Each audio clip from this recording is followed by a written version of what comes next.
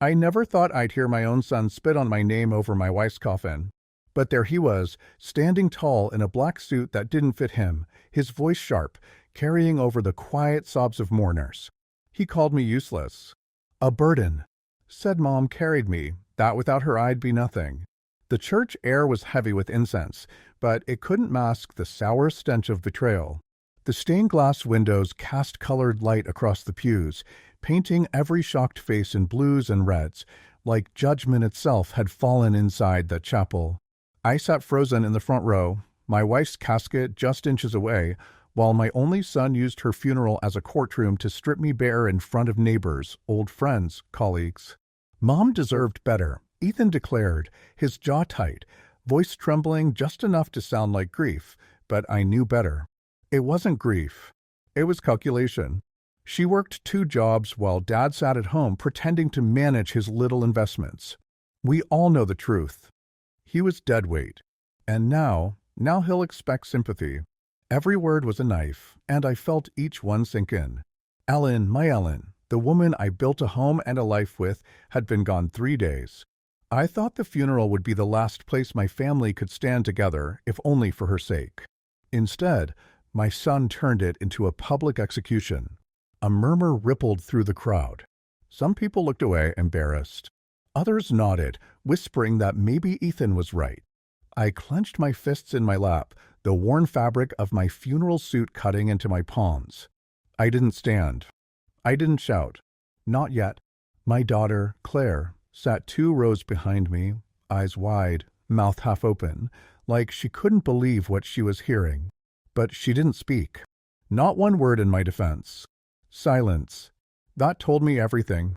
Ethan had gotten to her too. The priest cleared his throat awkwardly, trying to wrestle the moment back into solemnity, but Ethan wasn't finished. He turned slightly, looking straight at me now, his words measured, rehearsed. Dad should be in a home. He can't take care of himself. Mom knew it. She told me before she died. It's time we stop pretending. A gasp shot through the church like a gunshot. My ears rang. For a moment, I thought my heart might give out right there. I'd buried my wife, and my son was already burying me alive with lies. The coffin sat there, polished oak glowing under dim light, like it was listening. My Ellen. If she could rise, she'd slap the boy herself. I could almost hear her whisper from the grave, "Don't let them take what's ours." I didn't move. Not yet. Let him think he'd won. Let them all believe the performance. But I felt something shift inside me, grief hardening into steel. I knew in that moment, as sure as the earth was cold outside, that I'd answer his betrayal. Not with shouting, not with fists, but with something he'd never forget. The service stumbled to an end, awkward and rushed. When the casket was lowered into the ground later that afternoon, Ethan stood beside it, smug, shaking hands with anyone who'd listen, repeating the same poisonous lines. Mom carried the family. Dad just wasted her years. Neighbors nodded, pitted him, pitted me. I let them. I even lowered my head, played the weak old man, broken, too tired to fight. Inside, I was memorizing every sneer, every whisper. By the time the last handful of dirt hit Ellen's coffin, I wasn't just a grieving husband anymore. I was a man with a plan. That night, when the house grew still, I went into Ellen's old study. Her books still lined the shelves, her perfume lingered faintly in the curtains. But I wasn't there for memories. I was there for the locked drawer she thought I never knew about. My fingers traced the key taped beneath the desk, the same way I'd traced battle plans on maps back when life was simpler. The drawer slid open with a soft scrape. Inside lay the envelope Ellen had sealed months before her death, her neat handwriting across the front, "For the children after I'm gone." I sat in her chair, my hands trembling as I opened it. Not with grief, with revelation. Inside were documents, the will, bank account numbers, property deeds. But also a letter. Her last words. "If Ethan tries to twist things, remember, you're the one holding the real cards. I trust you. Don't let our work, our sacrifices, become his plaything." I pressed the paper to my chest, eyes burning. Ellen had known. She'd seen through him long before I had. She'd left me the tools, the map. All I had to do was follow it. By morning, I'd made my decision. Ethan thought he'd shamed me into submission at his mother's funeral. He thought he was already dividing the spoils. But he had no idea what was coming. When I walked into the kitchen, the sunrise spilling orange light across the tiles, Claire was already there. She wouldn't meet my eyes. Her silence yesterday replayed in my head like a broken record. "Coffee's hot," she muttered, sliding a mug across the table. No apology. No explanation. I took it, nodded, and sat down slowly. I didn't speak either. Sometimes silence is sharper than any word. She shifted uncomfortably, stirring her cup too fast, spilling drops on the table. Guilt was eating her alive already. Good. She wasn't my target, but she was a piece on the board. The board Ethan thought he was controlling.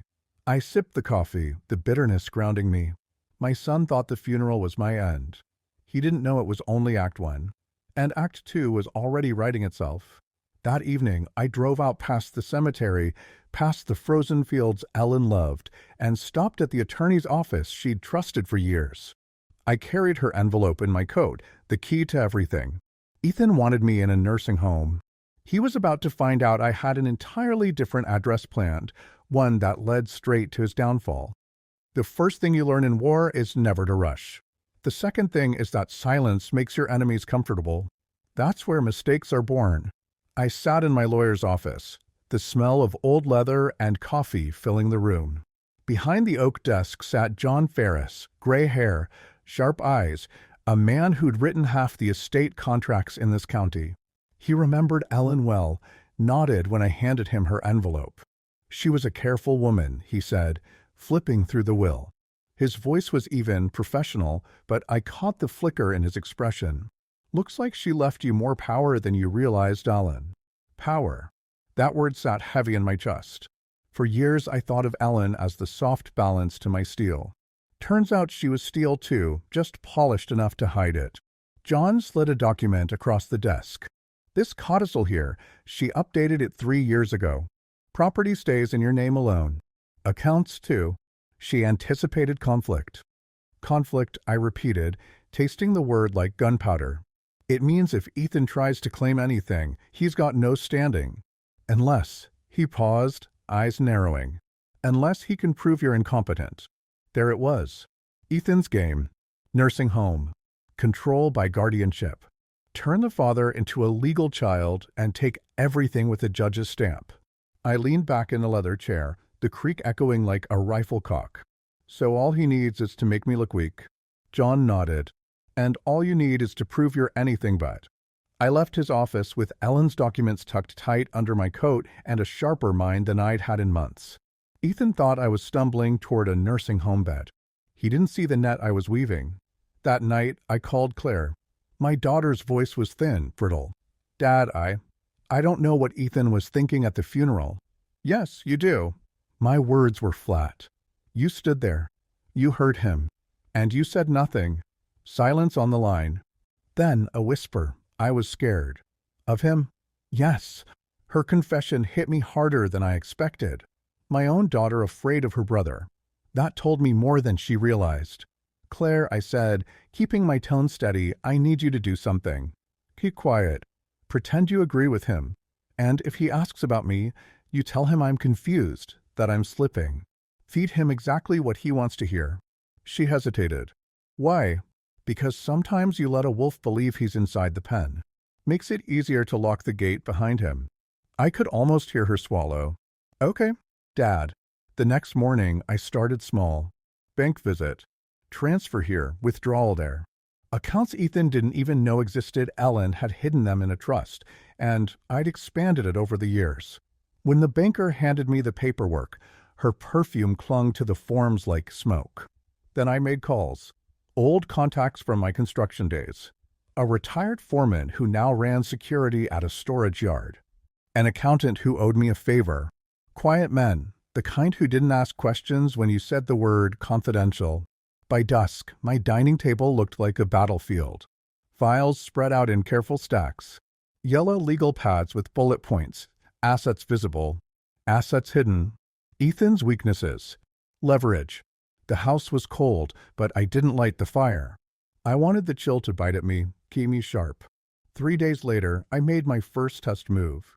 Ethan showed up at the house without warning, Claire trailing reluctantly behind him. He strutted through the doorway like he owned the place, his tie loose, his grin oily. "Dad," he said loudly as if speaking to a deaf man. "We've been talking. Claire thinks it might be time to explore options." "Options?" I asked, feigning confusion. "You know, assisted living. A facility. Safer for you. Less stressful for us." Claire's eyes flickered at mine, just for a second. She was playing her part. Good girl. I let my hands shake slightly as I set my coffee cup down. "I see. That what your mother would have wanted." Ethan smirked. "Mom wanted you taken care of." "No," I said softly. "She wanted me respected." The smirk faltered. He didn't expect resistance. "Not yet. Anyway," he said quickly, regaining his fake lawyer tone, "we'll need to review your finances. Make sure bills are paid on time. Don't want you to forget things." I leaned forward, meeting his eyes dead on. "Tell me, son, what exactly do you think I'd forget?" For the first time, his jaw tightened. He glanced at Claire, searching for backup. She looked away. I almost smiled. The trap was working. That night, alone again, I stood in front of Ellen's photo on the mantel. Her smile frozen in glass, her eyes sharp even in memory. "They think I'm weak," I whispered. "But you and I know better." The house groaned in the cold wind outside, and for a moment it felt like she was answering. Not in words, in silence. In approval. I picked up the phone and dialed John Ferris again. My voice was steady as stone. "John," I said, "draw up the papers. The trust moves forward now. Ethan wants to play games with guardianship? Fine. Let's give him a game he can't win." The next morning, a letter slid under Ethan's office door. No return address. Inside, a single photocopy. A bank statement with my signature blacked out and a balance that made his eyes widen. He thought he was hunting a crippled old man. Now he knew the prey had teeth. You can tell when a man's getting nervous by the way he starts watching clocks. Ethan had always carried himself like time was his pet, like every deadline bent to his will. But after that anonymous bank statement landed on his desk, he started twitching, tapping his watch, checking his phone every 5 minutes, chewing the inside of his cheek. Claire told me in a whisper when she dropped by. "He's unsettled. Dad," she said, standing in the kitchen doorway, arms crossed tight. "Keeps asking if you've talked to any lawyers. Keeps checking Mom's old files. I think he suspects something." "Good," I muttered, pouring her coffee. "Let him sweat." She frowned. "This is dangerous. Ethan, he isn't himself lately." I almost laughed. Not himself? No, he was finally showing exactly who he'd always been. Greed has a way of stripping a man clean. I decided it was time to test his patience. A small move, not the killing blow.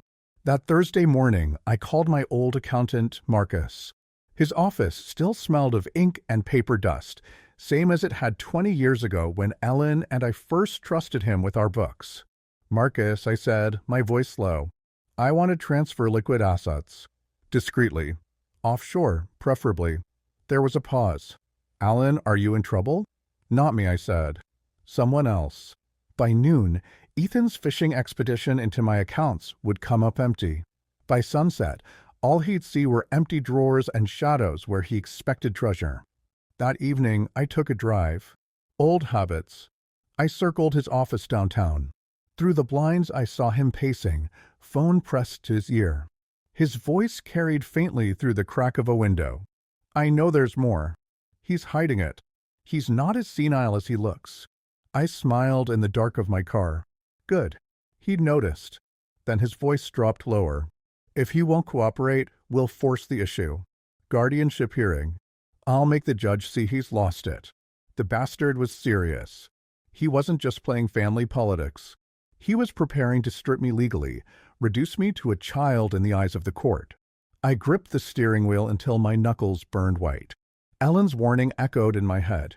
Don't let them take what's ours. The next move had to be mine. So I set the stage. Friday night, I invited Ethan to dinner at the house. He arrived smug again, thinking he'd caught me in a lie. Claire came too, her eyes starting nervously, afraid of the storm she knew was coming. The roast sat between us on the table untouched. I poured wine, Ellen's favorite Cabernet, and sipped while Ethan droned on. Dad, you need to think about your future. Assisted living isn't a punishment. It's a necessity. Necessity, I repeated, rolling the word on my tongue. Yes, he said, leaning forward. His tie knot sagged from sweat. Claire, and I can't keep cleaning up after your mistakes. Bills, property taxes, utilities. It's too much. You need professional help. Claire lowered her eyes, shame burning her cheeks. I set my glass down with deliberate calm. Funny thing, Ethan. I spoke with John Ferris yesterday. His fork froze midair. Turns out, I continued, my memory's just fine. And Ellen made sure every deed, every account, every share of stock has my name on it, and mine alone. He swallowed hard, forced a chuckle. Dad, I think you're confused. Mom always said Mom said plenty. I cut him off, my voice sharp enough to slice the air. She said I should never let anyone, not even my own son, steal the life we built together. His face drained pale. Claire gasped quietly. I leaned closer across the table, my voice low, steady. So here's what's going to happen. You'll keep playing the dutiful son. You'll keep pushing for guardianship. And I'll let you think you're winning. But when the moment comes, when you're standing in front of a judge, the truth will hit you like a hammer. Ethan's lips trembled, but he forced a smile. Empty threats, Dad. No court will believe you. Maybe, I said softly. Or maybe they'll believe the recordings. His eyes snapped up wide. Recordings. I let the silence stretch, let him stew in it, then took another sip of wine. The clock ticked loud in the dining room, each second carving deeper into his nerves. Claire looked between us, trembling. She didn't know if I was bluffing. Ethan didn't either. That was the beauty. That night, after they left, I sat in Ellen's study again. The house was quiet, but my mind was sharp. On the desk lay a small black recorder, its light blinking. Inside, 3 hours of Ethan's voice, captured through the crack of his office window, plotting guardianship, mocking me, planning my downfall. Proof. The first weapon in my war. The next morning, Ethan stormed into the house unannounced, red-faced, fists clenched. Dad, he hissed, we need to talk. No. But he didn't know that while he was shouting in my living room, an envelope with his voice on tape was already sliding across a judge's desk downtown. Ethan slammed the door so hard the walls shook. The family portraits rattled on the hallway shelf, photos of birthdays, Christmas mornings, all those moments I'd once thought meant something. His voice cut through the house like a blade. Where is it, Dad? He demanded, his face red, his eyes bloodshot. You think you're clever? Sending things behind my back? I stayed seated in my chair, calm, deliberate, the morning light spilling across my newspaper.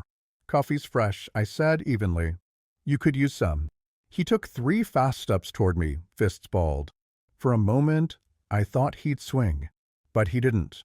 He hovered, trembling with rage, like a dog chained an inch too short of its prey. You sent something to the courthouse, he hissed. I folded the paper, met his eyes. I sent proof. Claire appeared in the doorway, her hair disheveled, her face pale. Ethan, stop. This isn't the way, stay out of this, he barked. You don't know what he's done. She flinched. I didn't. What I've done, I said slowly, is ensure that the truth speaks before you can twist it. Judges don't take kindly to sons calling their fathers incompetent while plotting to seize everything they own. His mouth opened, closed. For once, he didn't have a script. By noon, I knew the tremors of my move had reached him fully.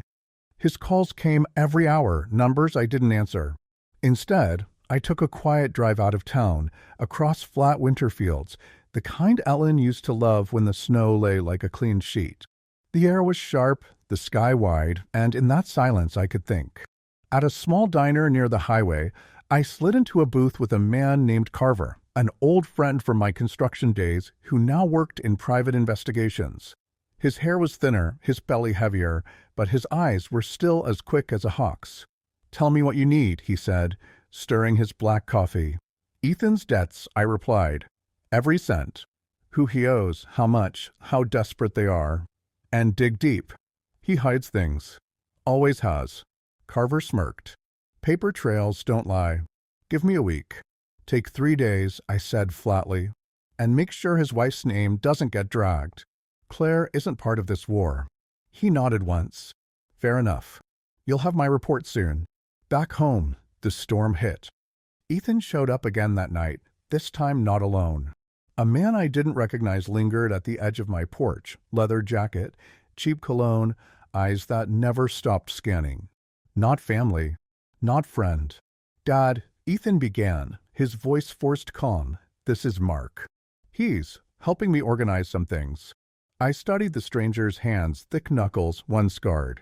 Not an organizer. A collector. Pleasure, I said, my tone dry as dust. You'll forgive me if I don't shake. Mark grinned, a grin that didn't touch his eyes. Your son tells me you've got some important papers. Best to let him handle them, don't you think? I leaned on my cane, though I didn't need it. No, I don't think. Ethan's mask slipped then.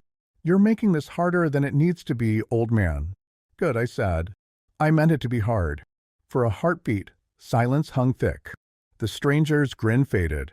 Ethan's jaw worked. Then, finally, they left, slamming the door behind them. But I knew what it meant. Ethan was desperate enough to bring outsiders into this. Dangerous ones. That raised the stakes and quickened my pace. Later that night, Claire called. Her voice shook. Dad, Ethan's in trouble. I overheard him. He owes money. A lot. To people who don't wait politely. I know, I said. You know? I've known since the funeral. And soon, everyone else will too. She started to cry. What's going to happen to him? Consequences, I said coldly. The kind he's been too arrogant to imagine. I spread Ellen's documents across the dining table again, the lamplight glinting off polished wood. Beside them lay the recorder, Carver's business card, and the fresh envelope I'd prepared for the bank. A war chest ready to deploy. The fire in me wasn't grief anymore. It was clarity. Ethan thought he could bury me in a nursing home, silence me with legal papers, strip me of everything Ellen and I had built. But the ground was shifting beneath his feet. And he didn't even know the first crack had already opened. At midnight, a text buzzed my phone. Unknown number. Mr. Miller, you don't know me, but your son owes us. If he doesn't pay, we'll collect another way. Maybe through you. I stared at the screen, my pulse steady, my lips curling into the first real smile since Ellen's funeral. They thought I was the weak link. They were about to learn I was the fuse. The message burned on my phone screen long after I set it down. If he doesn't pay, we'll collect another way. Maybe through you. Ellen would have told me to call the police. But I wasn't Ellen. I've lived long enough to know the cops don't show up until after the damage is done. This wasn't about waiting for help. This was about moving first. I slept in my chair that night, the recorder and documents spread across the dining table, the house too quiet, too fragile. But inside me, the silence wasn't fear. It was focus. By morning, Carver called.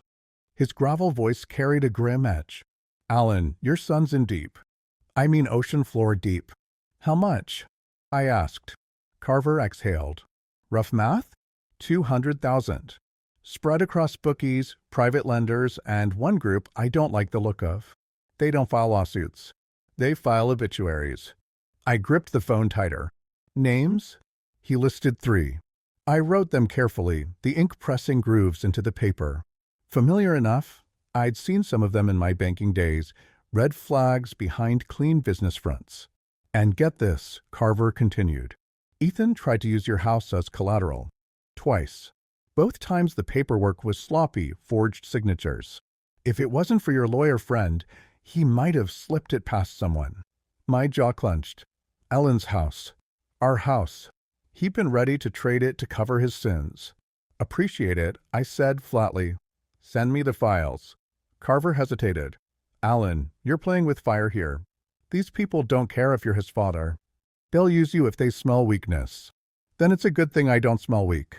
That afternoon, I put the first piece in motion. I visited the county courthouse. Cold marble floors, echoing hallways, the smell of dust and old paper. At the clerk's office, I filed a notice, preemptive guardianship contest. Simple words on official paper, but they meant Ethan's little plan to declare me incompetent was legally frozen. He couldn't move an inch without hitting the wall I'd built overnight. When I walked back out into the pale winter sun, I almost felt younger. My wife used to say I looked most alive when I had a mission. She'd have recognized the look on my face now. Ethan didn't waste time. He showed up that evening, alone this time, his mask of charm stripped away. He looked gaunt, his tie loose, his eyes wild. "You bastard," he spat. "Do you know what you've done?" "Remind me," I said coolly, pouring myself a glass of water. "They're coming after me. You think this is a game?" "These people don't forgive, Dad. They don't forget." I leaned against the counter, watching him unravel. "And you thought selling me to a nursing home would solve your debts?" His face twisted. "I was trying to protect the family." "No," I said, my voice sharp, final. "You were trying to protect yourself. Don't dress your greed in family clothing. It doesn't fit." He slammed his fist on the table, rattling the glasses. "You have the money. Just pay it. One check and this all goes away." I stepped closer, close enough that he had to tilt his head back to meet my eyes. "You stood over your mother's coffin and called me dead weight. You humiliated me in front of God and neighbors. And now you come begging like a spoiled child." For the first time, he faltered. His lip trembled. "Dad, please. If I don't pay, then you'll learn what consequences taste like." His face went pale. He muttered something under his breath and stormed out, slamming the door so hard the frame shook. That night, I drove. The roads were black ice and moonlight, my headlights cutting through the dark like blades. I pulled into the back lot of a low building with barred windows, the county sheriff's office. Inside, I met with Detective Morales, an old acquaintance from my banking years. A woman with sharp eyes and sharper instincts. "You brought me something?" she asked, flipping open her notepad. I slid the recorder across her desk. Voices. Plans. Threats. Enough to show a judge my son isn't just reckless, he's dangerous. She listened, her face hardening with every word Ethan had whispered into his phone. When the tape ended, she shut it off with a snap. "This is serious," she said. "We can move on it. But you're aware, this could ruin him completely." I stared at her, my reflection ghosted in the window behind her. "Detective, he ruined himself. I'm just making sure he doesn't drag me down with him." She nodded once. "Consider it logged. If your son makes another move, we'll be ready." Driving home, I thought about Ellen. About her last words in that letter. "Don't let them take what's ours." I tightened my grip on the wheel. Ethan wanted me weak. Instead, I was building a wall around myself, brick by brick, paper by paper, truth by truth. And soon, when that wall closed in, it wouldn't trap me. It would trap him. As I pulled into my driveway, my headlights caught something strange. A dark car idling across the street, engine running, windows tinted. The driver's face was shadowed, but I saw the glow of a cigarette. Watching. Waiting. They weren't coming for Ethan anymore. They were coming for me. The car sat there all night. Headlights off. Engine humming. I didn't sleep, just watched through the curtain, the cold glow of the street lamp cutting across the hood. Every so often, the ember of a cigarette flared, and I pictured the driver's eyes locked on my house. They weren't shy anymore. They wanted me to know I was on their list. At dawn, the car rolled away. Slow, deliberate. A message, "We'll be back." By noon, Claire showed up. Her knock was timid, her eyes starting nervously when I opened the door. "Dad, Ethan's gone." My gut tightened. "Gone where?" She wrung her hands, voice trembling. "He packed a bag and left last night. Said he had to fix things. Wouldn't say more. I think he's running." I stepped aside, let her in. The house smelled of stale coffee and cold air. Papers still covered the dining table, the war map of my revenge. She stared at the stacks of documents. "You've been planning something." "Yes," I said flatly. "And now the time for planning is over." That afternoon, Carver called again. His voice was low, urgent. "Alan, your son didn't run. He's meeting them. The men he owes." "Where?" "Old mill on the edge of town. Tonight." I closed my eyes. The place was a ruin, rusted steel, broken windows, rats nesting in the shadows. Perfect for business that doesn't make it to the morning paper. Don't go there alone, Carver warned. But I was already grabbing my coat. The mill smelled of oil and rot. I kept to the shadows, the crunch of gravel under my boots drowned by the sound of voices inside. "I'll get it," Ethan was saying, his voice high, desperate. "Just give me more time." "No more time," another voice replied. Low, cold, a voice that had ended lives before. I edged closer, peering through a cracked window. Ethan stood trembling, hands up, facing two men. One was leather jacket, scarred knuckles, Mark. The other was bigger, quieter, dangerous in the way still water is dangerous. "You promised us money," Mark said. "Now you bring excuses." I can get it. My father has accounts, property," Mark laughed. "Your father's tighter than a vault. You couldn't even get guardianship pushed through." My stomach nodded. They knew. Ethan had sold them the plan, put me on the table as collateral. The bigger man stepped forward, gripping Ethan's collar. "If you can't pay, maybe the old man can." That was my moment. I pushed the door open, my voice steady as steel. "The old man already has." All three of them froze. "Dad," Ethan gasped. "What are you doing here?" I ignored him. My eyes stayed on the men.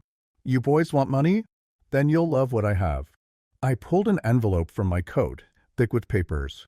I tossed it on the dusty floor between us. Bank statements, copies of Ethan's debts, contracts with their signatures forged in his shaky hand. "Every detail of your little arrangement," I said. "And it's already sitting on a detective's desk downtown.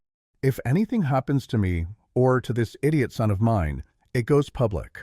Mark bent down, flipped through the pages. His face darkened. "You bastard." I smiled coldly. "No, just a banker who knows how to document everything. You can kill me, but you won't kill the evidence. It's already moving." For a moment, silence. Only the dripping of water somewhere in the mill. Then the bigger man shoved Ethan aside and hissed, "We're done here." They walked past me, brushing my shoulder, their threat hanging in the air like smoke. But they left. For now. Ethan slumped to the ground, pale, shaking. You saved me," he stammered. "No," I said, my voice sharp. "I saved myself. You were just standing in the blast zone. Back home, I locked every door, every window." My hands shook as I poured a drink, but not from fear, from adrenaline. They weren't finished. They'd be back. And next time, they wouldn't just talk. But neither would I. Because while Ethan scrambled like a cornered rat, I was already 3 steps ahead, laying the final trap. The next morning, a certified letter arrived at my door. Inside, a court summons. Guardianship hearing. Alan Miller, petition filed by Ethan Miller. He hadn't stopped. He was doubling down. And this time, he dragged me straight into the courtroom, the one battlefield where I knew I could destroy him completely. The courthouse smelled of polish and old paper. Heavy oak doors, marble floors that echoed every step like a warning. I'd walked in here a dozen times in my career back when I was the one bringing evidence against thieves and liars. Now I was the one on trial. At least, that's what Ethan thought. He stood across the hall, flanked by his attorney. Expensive suit, slick hair, but he couldn't hide the tremor in his hands. Claire sat behind him, eyes wet, twisting a tissue until it shredded. She avoided my gaze. Smart. She knew I had a storm in my pocket. The bailiff's call cut through the air. Guardianship petition, case 1173. Ethan Miller versus Alan Miller. My name against his. Father against son. We filed inside. The courtroom was half empty, but word spreads fast in small towns. Neighbors had come, faces I recognized from church pews and grocery aisles. They whispered as Ethan straightened his tie, ready to play the dutiful son protecting his frail father. The judge, stern woman with steel-gray hair, took her seat.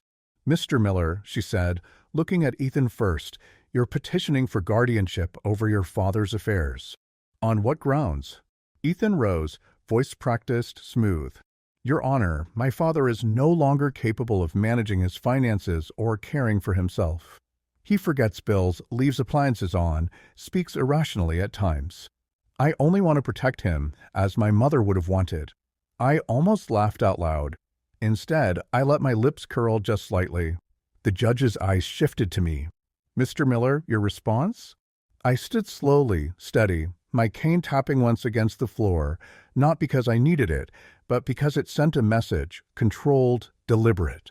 My response, Your Honor, is that my son is a liar. Gasps rippled through the room. Ethan's attorney bristled, but the judge raised a hand.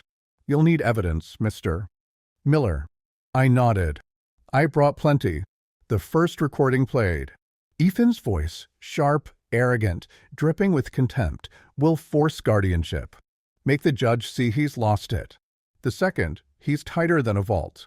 But once we've got the papers signed, the house is ours. Each word echoed in that chamber like a nail into his coffin. Ethan's face drained color, his attorney whispering frantically. Claire's tears spilled down her cheeks as the whispers in the gallery turned into pointed stares. The judge's gaze hardened.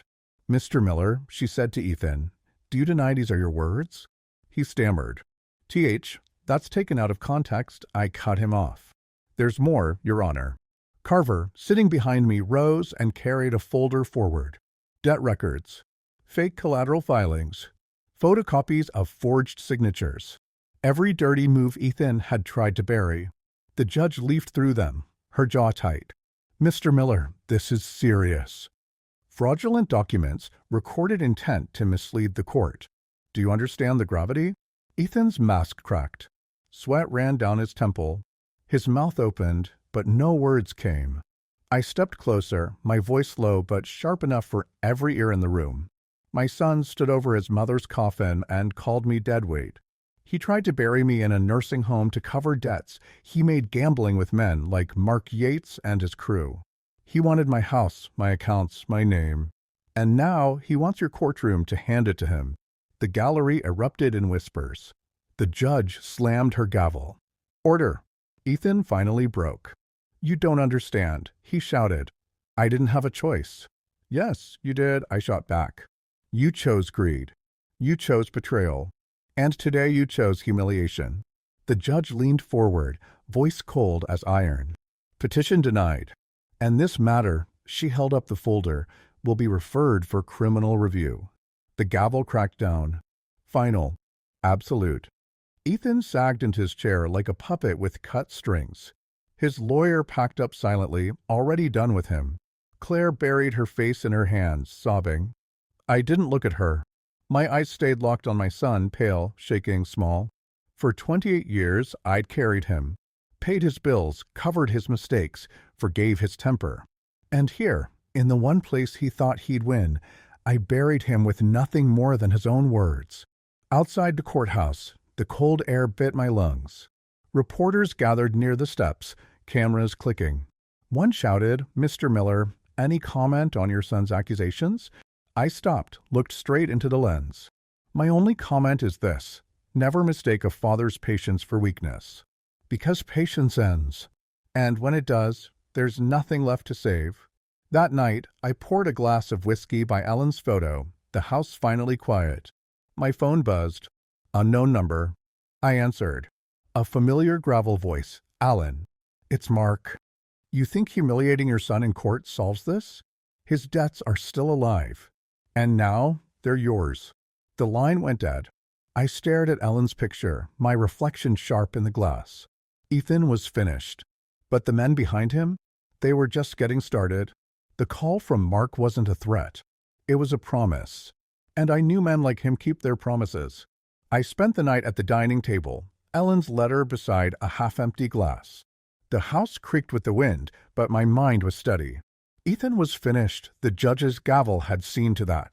But the shadows behind him, the men who'd fed his debts like wolves gnawing a bone, they were still hungry. And they thought I was their next meal. I wasn't. 2 days later, they came. Black sedan, windows tinted, tires crunching on the gravel of my driveway. The same car I'd seen idling weeks before. This time they didn't hide. 3 men stepped out. Mark led them. His scarred knuckles gleamed white in the morning sun. Mr. Miller, he said, his voice too calm. You've got what your boy doesn't. Money. Property. A future. Pay what he owes and this ends. I stood on the porch, coat zipped, cane planted firm. And if I don't? Mark's grin widened.